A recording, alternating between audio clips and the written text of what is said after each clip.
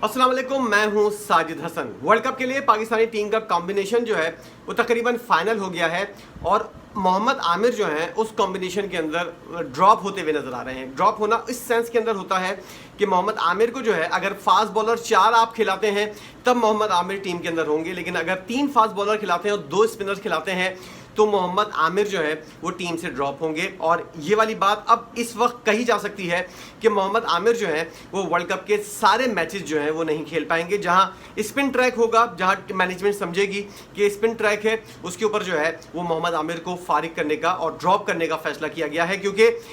3 जो ट्रायका है उसको पाकिस्तानी टीम जो है वो तोड़ना नहीं चाहती। हारिस रऊफ, नसीम शाह और शाहीन शाह अफरीदी। हारिस रऊफ कमबैक कर रहे हैं वर्ल्ड कप के क्या नाम है अपनी इंजरी के बाद। वर्ल्ड कप से पहले इंग्लैंड की पूरी सीरीज के अंदर जो है वो खेलते हुए नजर आएंगे और इस इंग्लैंड की जो सीरीज है उसके अंदर जो है वो वर्ल्ड कप के अंदर जो कॉम्बिनेशन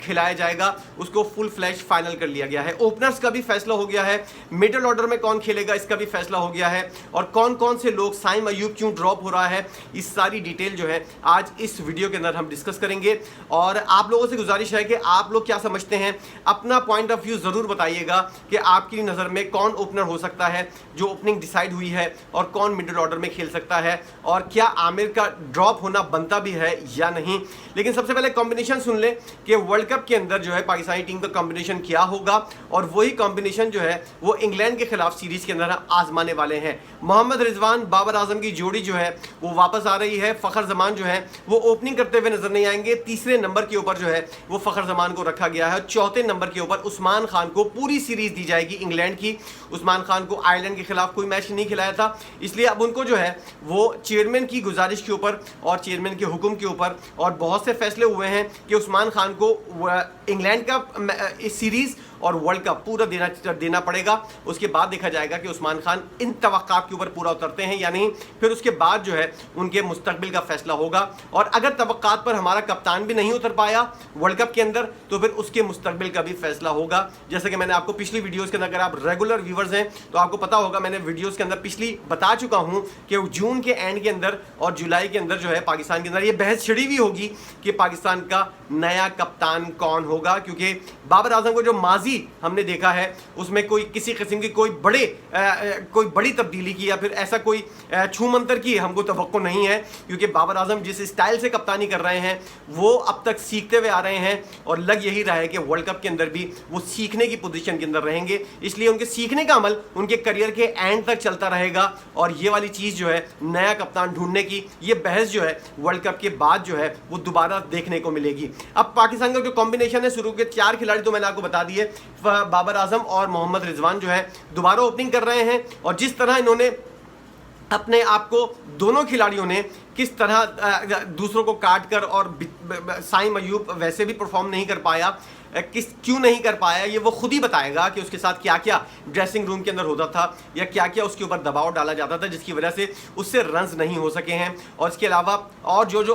कॉम्बिनेशन आजमाया गया वो बिल्कुल फेल हो गया और एक बेहतरीन वाला कॉम्बिनेशन जो सरे फहरिस्त है वो है मोहम्मद रिजवान और बाबर आजम का, कि ओपनिंग जोड़ी में इन लोगों ने इतने ज़्यादा रन्स किए हैं, इनके अलावा अब कोई कॉम्बिनेशन जो है वो आजमाया नहीं जा सकता। और ये इन दोनों की ख्वाहिश थी जो पूरी होती हुई नजर आ रही है। ये ख्वाहिश इन लोगों ने कैसे पूरी की है इस बारे में बहस जो है वो आगे चलकर मैं आपको बताऊंगा।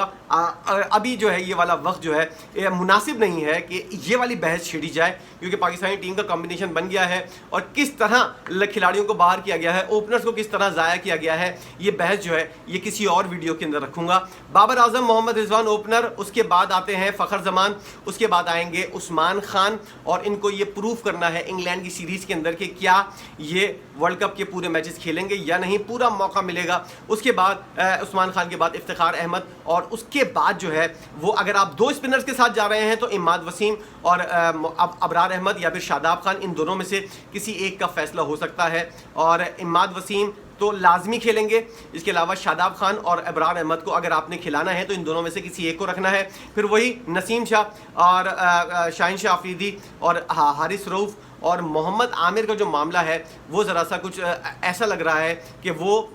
अगर 2 स्पिनर खेलेंगे तो उनकी टीम के अंदर जगह होनी जो है वो मुश्किल है। मोहम्मद रिजवान, बाबर आजम, फ़खर जमान, उस्मान खान और उसके बाद इफ्तिखार अहमद फिर इमाद वसीम, और उसके बाद जो है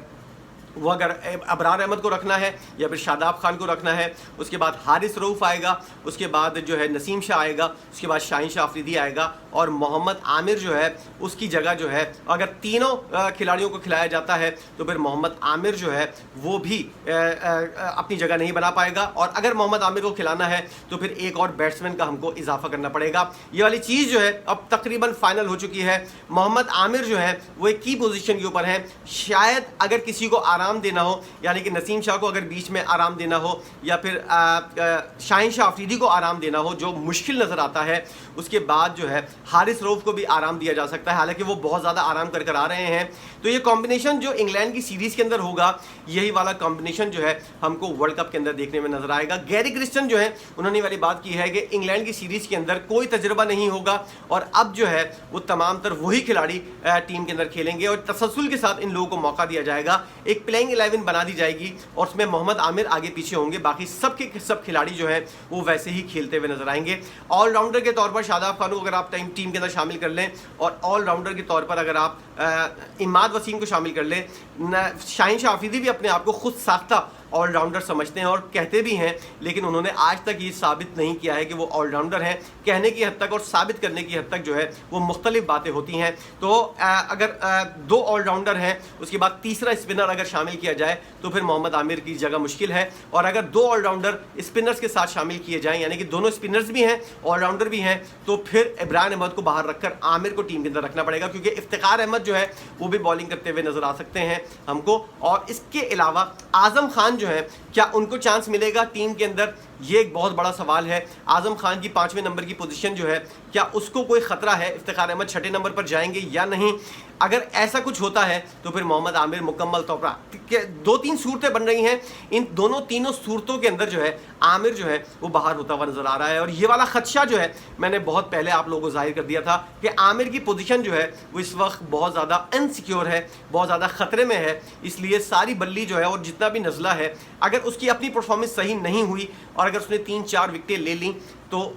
किसी भी मैच के अंदर, तो फिर अगले मैच के अंदर उसको ड्रॉप करना मुश्किल हो जाएगा। इसलिए आमिर की अपनी परफॉर्मेंस जो है वो भी बहुत ज़्यादा काउंट करती है। आजम खान को रखना है टीम के अंदर, उस्मान खान को रखना है, तो फिर आमिर को बाहर करना पड़ेगा। इफ्तिखार अहमद को कोई ड्रॉप नहीं कर सकता। ये पूरा कॉम्बिनेशन जो है मैंने आपको बता दिया है। आप क्या समझते हैं, क्या इसके अंदर आमिर का ड्रॉप बनता है या नहीं, या फिर हमको आजम खान को बाहर करना है और फिर इब्रार अहमद को इन करना है? अगर इब्रार अहमद को इन करना है तो फिर आजम को बाहर करना होगा या फिर आमिर को बाहर करना होगा। ये बहुत ऐसा कॉम्बिनेशन बनाया हुआ है जिसकी वजह से पाकिस्तानी टीम जो है वो कुछ डिस्टर्ब हो सकती है, क्योंकि एक बैटर को अगर आप कम, बॉलर को अगर आप कम करते हैं तो नीचे स्पिनर को ज़्यादा करना पड़ेगा, या फिर एक बैट्समैन को निकालना पड़ेगा, वो आजम खान या फिर उस्मान खान हो सकते हैं। ये कॉम्बिनेशन आपको कैसा लगा? और ओपनिंग जोड़ी के अंदर जो आजम इमाद मोहम्मद रिजवान और बाबर आजम की वापसी हुई है, इससे आपको क्या क्या तवक्कात वाबस्ता हैं? ये कॉम्बिनेशन जितना भी बेहतरीन हो, क्या बाबर आजम जो है वो कप्तानी का मैयार बरकरार रख सकेंगे? और जो अहम मौके हैं, जो ऐसे मौके हैं जब मैच जो है वो टर्न हो रहा होता है, जीत या हार की सूरत के अंदर किसी भी टीम के ऊपर पलड़ा जा रहा होता है, उस वक्त जो अहम फैसले होते हैं जिसके अंदर बाबर आजम हमेशा नाकाम रहे हैं, क्या बाबर आजम जो है वो इस बार मायूस करेंगे, या फिर आप लोग उम्मीद रखते हैं कि बाबर आजम इस दफ़ा मायूस नहीं करेंगे और अब वो मुकम्मल तौर पर सीख गए हैं, इस दफ़ा जो है वो सीखी हुई पोजीशन के साथ जो है वो टीम को लड़ाएंगे? क्योंकि आयरलैंड के खिलाफ और न्यूजीलैंड की सी टीम के खिलाफ हमने देख लिया है, लगता यही है बाबर आजम अभी भी सीख रहे हैं। ज़रूर बताइएगा आपकी अपनी क्या राय है। वीडियो देखने का बहुत शुक्रिया।